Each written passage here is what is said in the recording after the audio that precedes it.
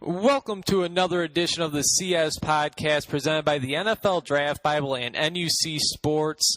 Be sure to check out the NUC Sports magazine at NFLDraftBible.com. As always, I'm your guys' host, Chris Shanafelt, and the NFL season is upon us. We had the Hall of Fame game between the Vikings and the Steelers played on Sunday, and last night we had 6 preseason games played, including the Miami Dolphins, who traveled to Soldier Field to take on the Chicago Bears. And for some of these guys, such as Matt Forte, who didn't play at all last night, he could probably care less, but for guys buried at the bottom of the roster and the bottom of the depth charts, these 4 preseason games mean everything as they're fighting for their job week in and week out. And joining the show now is a guy whose job was never guaranteed. He entered the National Football League as an undrafted free agent in 2006 and ended up playing 6 years at linebacker and as a special teams ace for the Jaguars, Bears, and Broncos. He's Brian Iwuh. I appreciate you taking some time to chat, Brian. How's life after football treating you? Life after football is great, man. Thanks for having me on the show. You know, everything's going good. I'm really enjoying my life and taking time to relax. Hey, happy to hear it. It's definitely a pleasure to get you on. Let's start off by talking about you and your journey to the National Football League. When the 2006 NFL Draft ended, you finally got that call by the Jacksonville Jaguars informing you that they'd like to sign you as an undrafted free agent. Was there an automatic chip placed on your shoulder having all 32 teams pass on you more than once? There definitely was a chip. Because, you know, coming out of college, I was hearing everybody say, oh, you're going to get drafted here and you're going to go in the second round. I had a second round grade and then, you know, just for me to drop like that and not get drafted, I definitely had a chip on my shoulder. And also to see, you know, linebackers that I played in the Senior Bowl with, that we also that I could compare myself with and would say that we both on the same level. I was seeing them go off the board, and it just was kind of frustrating, and you know, so I definitely had a chip on my shoulder, and I definitely came in with a mentality like I'm gonna make a team and I'm gonna prove people wrong. And as I said in the opening, Brian, I mean, to some players, the preseason don't mean anything, but to most, such as yourself, when you were playing, I mean, it means everything in terms of securing a roster spot. Can you speak on that a little bit? I mean, in the regular season, I mean, you know, you're not playing games until September. You get limited playing time, but I got to think for late-round draft picks and undrafted players like yourself, you treated those preseason games, you know, the same you would treat a regular season game. Oh, most definitely. Preseason was my regular season. It was my time to show the coaches that if anything happened, that I was a viable backup and they wouldn't have to worry about anything. And if you check the stats, most of my preseason games when I played, I usually led the team in tackles and you know, went all out because I did treat preseason like regular season. Even though I wasn't going to get the snaps during regular season, no matter what I did, I knew that this is what I have to do to make the team. And of course, you know, injuries always happen, and like you just said, I mean, you never know when your number is going to be called, so you always have to be ready and be prepared, and that's exactly what you did. You know, treating those preseason games like regular season games. Now, Brian, I had the pleasure of covering a handful of the Chicago Bears training camp practices down in Bourbonnais. Do you have any training camp or preseason stories that you'd like to share on the air, whether they're from your time in Jacksonville or even here in Chicago? I know those few weeks out of the year were probably some of your favorites. Oh yeah, the camp stories, the fights amongst guys, you know, fighting for roster spots. You know, it's so many stories I probably don't even know where to begin. The story I have is just how hard it actually was making my first camp, and you know, it was definitely a struggle for me. And at one point in time, when I was down in Jacksonville, all of our linebackers was hurt. It was like, and it had to be the hottest day ever. And I had to take all of the reps at practice. and it was just a crazy day. And in the practice, I ended up getting a full body cramp. I couldn't move. From my neck down to my toes. My whole body locked up because of the heat, and I couldn't move for an hour. Oh, wow. And I'm sitting, yeah, it was crazy. And I'm sitting there like, and I know I had a good practice, and I put my all, and I'm just sitting there like, no way these guys can cut me. And then next week comes, and I'm doing great, and then it comes cut day, and I'm cut. I'm like, I just felt like I was used up in the practice body, and it wasn't a good deal. I tell you, I was Go figure, right? Mad. Right, go figure. Bringing up your days in Jacksonville, or maybe even here in Chicago with the Bears, was there ever a linebacker or really anybody that kind of, pulled you under their wing? And I guess that would be more as when you're a younger guy in Jacksonville. Was there ever a linebacker or any defensive player that kind of, gave you a heads up on what to do, kind of helped you out throughout the process? Oh, most definitely. Down in Jacksonville, man, we had some great linebackers to learn from. One of the best linebackers I ever played with, Darryl Smith, who doesn't get enough credit. He helped me out a lot. Mike Peterson had great leadership, and he taught me how to play defense in the league and how to be tenacious. But definitely, like down in Jacksonville, we had some great veterans. As I mentioned, Darryl Smith, one of the best linebackers I played with, who doesn't get enough credibility. And when I got to Chicago, it was took some getting used to, but those guys, Lance Briggs, especially Urlacher, Nick Roach, they all took me in, showed me the ropes. They were very helpful and welcoming, and I kind of clicked there, and I felt like when I was in Chicago and I was playing behind Lance, I learned so much. Even though it was my 5th year, I still learned so much in that time playing behind him, and it definitely was a tremendous experience, and a lot of people don't get there when they go to new teams. A lot of people feel like you're going to take their spot, and they're not willing to share information and be as helpful. But those guys in Chicago definitely were helpful. Being out of Chicago, I'm definitely familiar with the Nick Roaches, the Lance Briggs, the Brian Urlachers. You've had an opportunity to play with some great linebackers, but I got to say, I totally forgot about that linebacking corps there in Jacksonville with Mike Peterson. You mentioned Darryl Smith, who, of course, is now in Baltimore. He had to replace Ray Lewis, some big shoes to fill there, and he's certainly still doing a great job over there in Baltimore. And even Justin Durant, who, over the last few years has really started to step up his game, just got a contract with Atlanta. So you've really had a nice pleasure of playing with some great linebackers. I got to think, now looking back at your career, I got to think you kind of just look back at that and just smile. Oh, yeah, definitely. I got to work with a great bunch of guys who I'm still friends with today. Me and Justin Durant, we are real tight. We talk a lot. Me and Clint Ingram, and we just developed a real friendship out the field. So it was a pleasure to be amongst such great athletes and great players and even better people. Yeah, and some of those guys you'll probably be hearing their Hall of Fame speech coming soon. So definitely awesome to hear. Former NFL linebacker and special teams standout Brian Iwuh joined the CS podcast presented by the NFL Draft Bible and NUC Sports.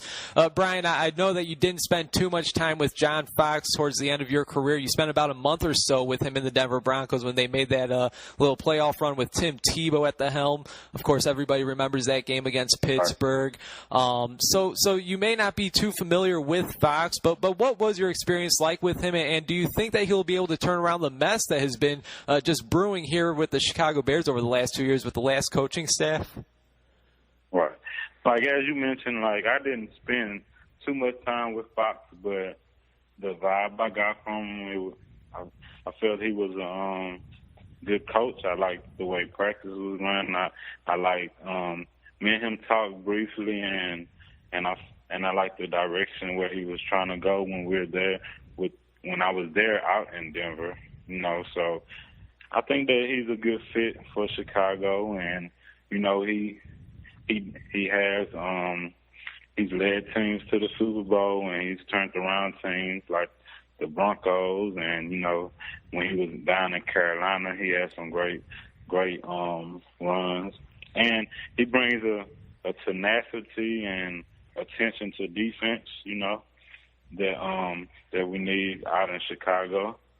So, you know, I think he can help turn it around. He has great experience, and he's played and brought his teams to the highest level year after year. So I think he's a good fit up in Chicago, especially with running the ball, and you know that's a Chicago staple is running the ball, and you know his Denver teams have led the league in rushing, and you know so I think that'll be a good fit with him having a back like Forte.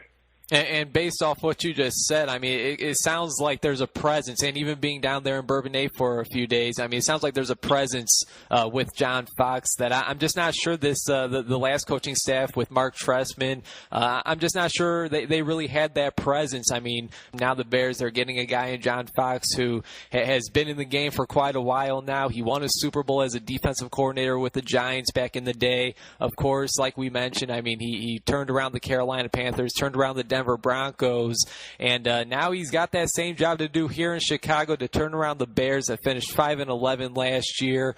Fox brought in one of the top defensive coordinators in the league in Vic Fangio, who's coming from San Francisco. As we know, the 49ers have had a great defense over the last handful of years under Jim Harbaugh and his staff. Obviously, Vic Fangio, the defensive coordinator, is a big reason why that team seeing so much success on the defensive side of the ball, and he's been implementing a new 3-4 defense here in Chicago. It's the first time in the history of the Chicago Bears that they'll be running a 3-4. For those who may not know, can you fill us in on how different a 3-4 defense is compared to a 4-3, especially for a linebacker like yourself? Well, for a linebacker like myself, the biggest difference is it's more of a downhill linebacker. Downhill defense where you have big athletic guys like Julius Peppers and who normally would play defensive end with their hand in the ground. Now they're standing up in their linebackers, and they have the ability to rush the passer, drop back in coverage. So it really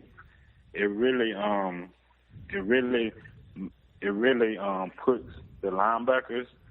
You play more in a box when you're in a 3-4 defense. So instead of usually running sideline to sideline, you're more downhill, and you basically your area is basically from the nose guard to the end. That's basically the area you have to cover.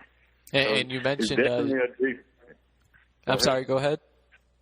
Oh, I was just going to say it's definitely a difference as far as running around and you know, and you have to be a lot more physical when you're in that box in a 3-4. Yeah, absolutely. And you brought up Julius Peppers, who we've seen make the transition from a 4-3 to a 3-4 last year in Green Bay. Mm-hmm. Now we got Jared Allen doing the same thing. And I'll tell you what, if Jared Allen can have any type of success like Julius Peppers seen last year in a 3-4 defense standing up, I'm sure more fans would be more than happy with that. Definitely a big transition, like you said. Now, Brian, you spent about a year and a half here in Chicago with the Bears, and being a defensive and special teams player. I'm not exactly sure if you had many interactions with quarterback Jay Cutler, but earlier in the week we had the Jets linebacker punch Geno Smith, quarterback, of course, which resulted in a broken jaw for Geno. And Lance Briggs was recently on the NFL Network the other day, and in what I thought was a joking matter, he said that there were times where he wanted to punch Cutler as well as a few other quarterbacks, which brings me to my next question, man. And no, I'm not going to ask you if you ever wanted to punch Cutler, but in your eyes, what type of teammate is Jay Cutler? I mean, was this a guy that you were ever proud to have on your team? I mean, we hear so many mixed reports about this guy. What I can remember about being with Cutler, I didn't have much interaction with him. Again, myself, I'm a quiet guy, so I'm not a I'm not a big talker. So, but as far as Jay Cutler, I just knew that I knew he would go out there and give his all. He always played his best, and I think some people,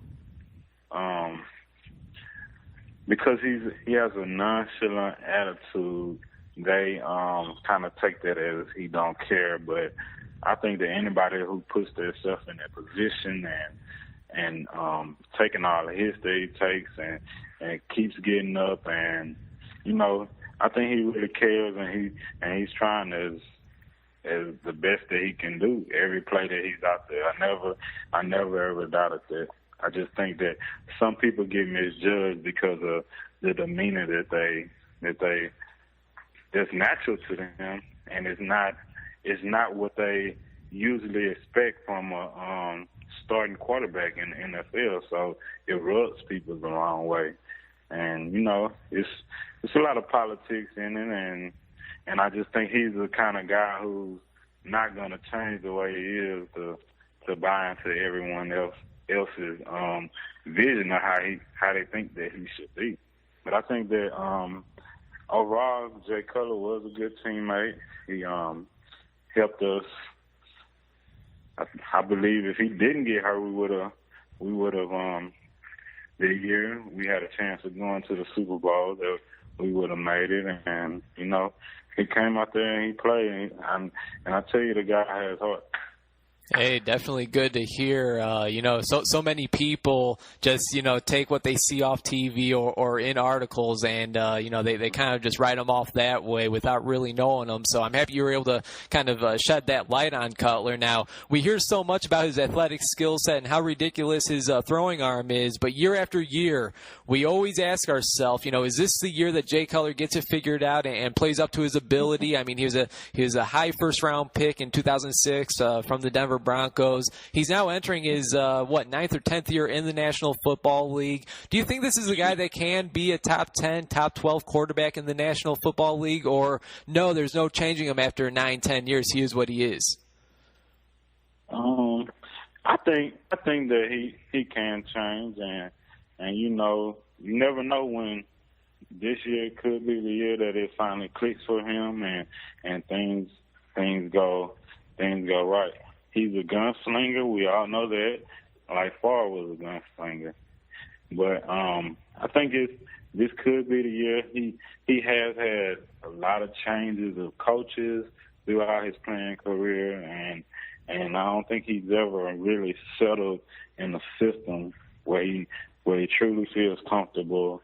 And because quarterbacks endure a big learning curve, especially when they change offensive coordinators frequently and things like that. So he hasn't had the luxury of having the same coaching staff year after year after year as some of the other quarterbacks. But I think this year he entering his 10th year, so I think that he will be able to. Hopefully, it finally clicks for him, and he can live up to the expectations of the first round draft pick. And, of course, like you mentioned earlier, Brian, I mean, John Fox and, of course, offensive coordinator Adam Gase, they have a history of running the football. So if they do decide to run the ball with Matt Forte, I mean, they certainly have depth at the running back position, as we seen last night in the first preseason game.